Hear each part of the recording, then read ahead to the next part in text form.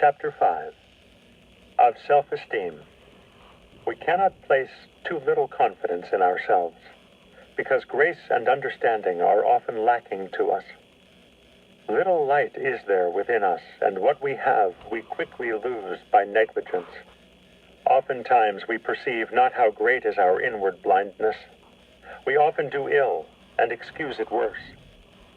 Sometimes we are moved by passion and count it zeal. We blame little faults in others and pass over great faults in ourselves. Quickly enough we feel and reckon up what we bear at the hands of others, but we reflect not how much others are bearing from us. He who would weigh well and rightly his own doings would not be the man to judge severely of another.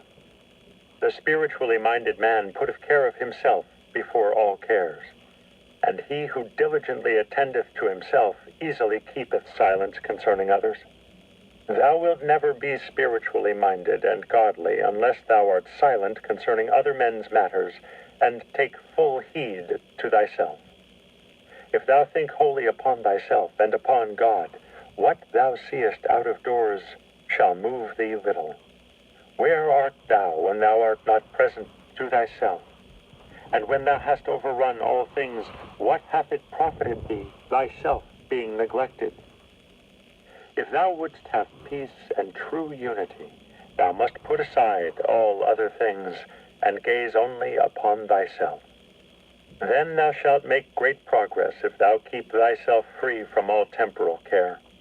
Thou shalt lamentably fall away if thou set a value upon any worldly thing. Let nothing be great, nothing high, nothing pleasing, nothing acceptable unto thee, save God himself, or the things of God. Reckon as altogether vain whatever consolation comes to thee from a creature. The soul that loveth God looketh not to anything that is beneath God. God alone is eternal and incomprehensible, filling all things, the solace of the soul, and the true joy of the heart. Chapter 6 of the joy of a good conscience. The testimony of a good conscience is the glory of a good man. Have a good conscience, and thou shalt ever have joy. A good conscience is able to bear exceeding much, and is exceeding joyful in the midst of adversities. An evil conscience is ever fearful and unquiet. Thou shalt rest sweetly if thy heart condemn thee not. Never rejoice unless when thou hast done well. The wicked have never true joy, nor feel internal peace, for there is no peace, saith my God, to the wicked. Isaiah chapter 57, verse 21. And if they say, we are in peace, there shall no harm happen unto us, and who shall dare to do us hurt? Believe them not, for suddenly shall the wrath of God rise up against them, and their deeds shall be brought to naught, and their thoughts shall perish. To glory in tribulation is not grievous to him who loveth, for such glorying is glorying in the cross of Christ. Brief is the glory which is given and received of men. Sadness always goeth hand in hand with the glory of the world. The glory of the good is in their conscience and not in the report of men. The joy of the upright is from God and in God, and their joy is in the truth. He who desireth true and eternal glory careth not for that which is temporal. And he who seeketh temporal glory, or who despiseth it from his heart, is proved to bear little love for that which is heavenly. He who careth for neither praises nor reproaches hath great tranquillity of heart. He will easily be contented and filled with peace, whose conscience is pure.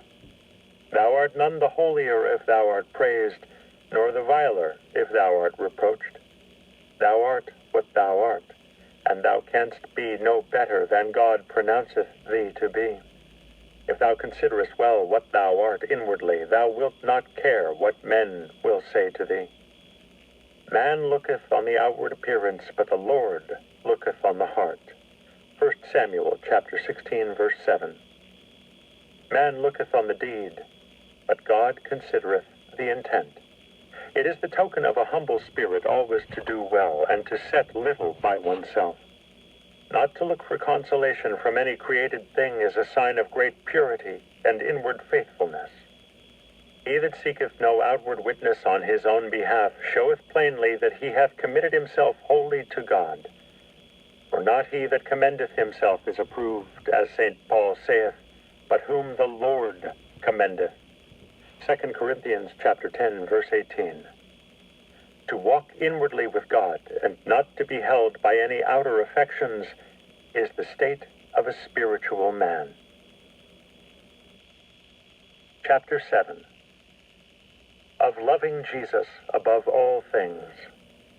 Blessed is he who understandeth what it is to love Jesus, and to despise himself for Jesus' sake.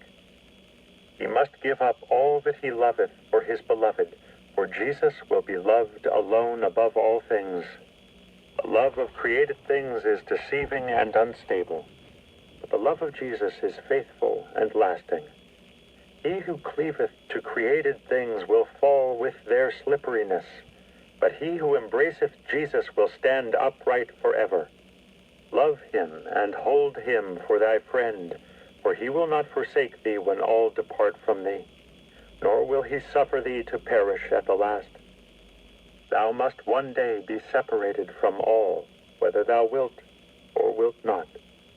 Cleave thou to Jesus in life and death, and commit thyself to his faithfulness, who, when all men fail thee, is alone able to help thee.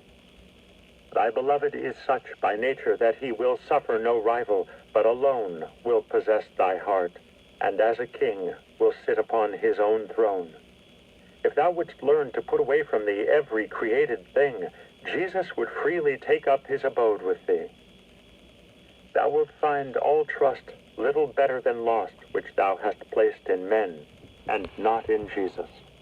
Trust not, nor lean upon a reed shaken with the wind, because all flesh is grass, and the goodliness thereof falleth as the flower of the field.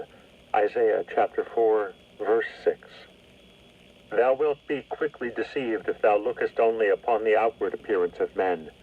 For if thou seekest thy comfort and profit in others, thou shalt too often experience loss. If thou seekest Jesus in all things, thou shalt verily find Jesus. But if thou seekest thyself, thou shalt also find thyself, but to thine own hurt.